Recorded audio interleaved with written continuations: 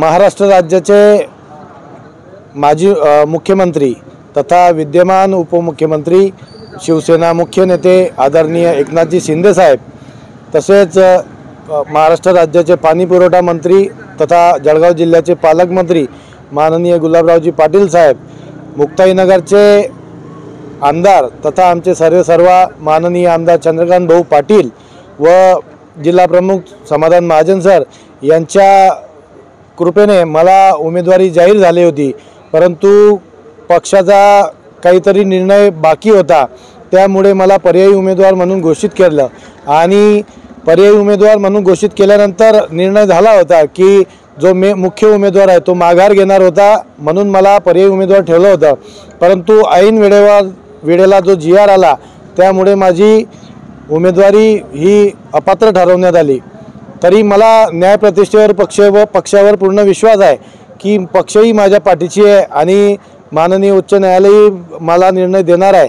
त्यामुळे मी ही निवडणूक त्याच जल्लोषाने आणि त्याच जोमाने लढणार आहे। मागच्या 2015च्या निवडणुकीमध्ये माझ्या मातोश्री सौ लताबाई ठाकूर ह्या शिवसेना पक्षातर्फे उमेदवार होत्या। वार्ड क्रमांक 17 मध्ये त्या अवघ्या 9 मताने पराभूत झाल्या होत्या। लोकांचा आशीर्वाद, मायबाप जनतेचा आशीर्वाद व सहकार्य हे नेहमी आमच्या पाठीशी राहिलं आहे। या आशीर्वादामुळे आम्ही ही लढाई जिंकूच आणि जिंकून दाखवणारच।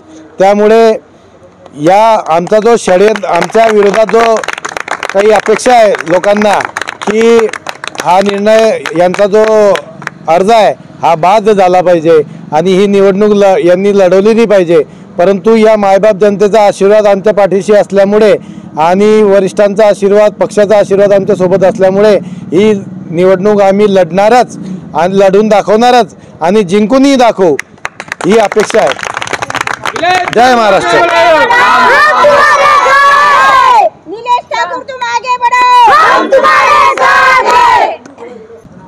जय महाराष्ट्र। मी निलेश रमेश ठाकूर आपल्या होऊ घातलेल्या वरंगाव नगर परिषद निवडणुकी संदर्भात माझी पत्नी सौ ठाकूर राजकन्या निलेश या वार्ड क्रमांक 10 जनरल महिला राखीव या प्रवर्गातून नामनिर्देशन अधिकृत शिवसेना अधिकृत उमेदवाराचे म्हणजे शिवसेना अधिकृत उमेदवार होते।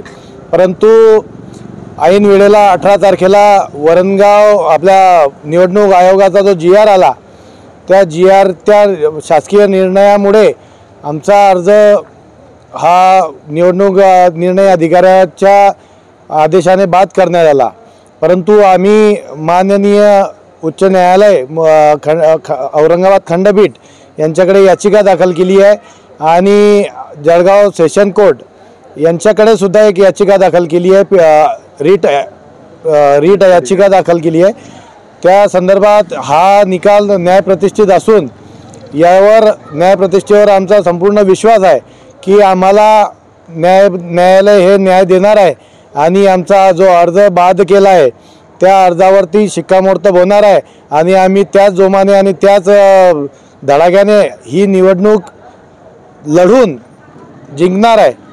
त्यामुळे माझा विश्वास आहे न्यायप्रतिष्ठेवर की आमचा जो निकाल आहे तो उद्या संध्याकाळपर्यंत माननीय उच्च न्यायालय आणि जळगाव सेशन कोर्ट हा देईल अशी आमची अपेक्षा आहे। कुठल्या कारणामुळे अर्जाचा सांगितलं?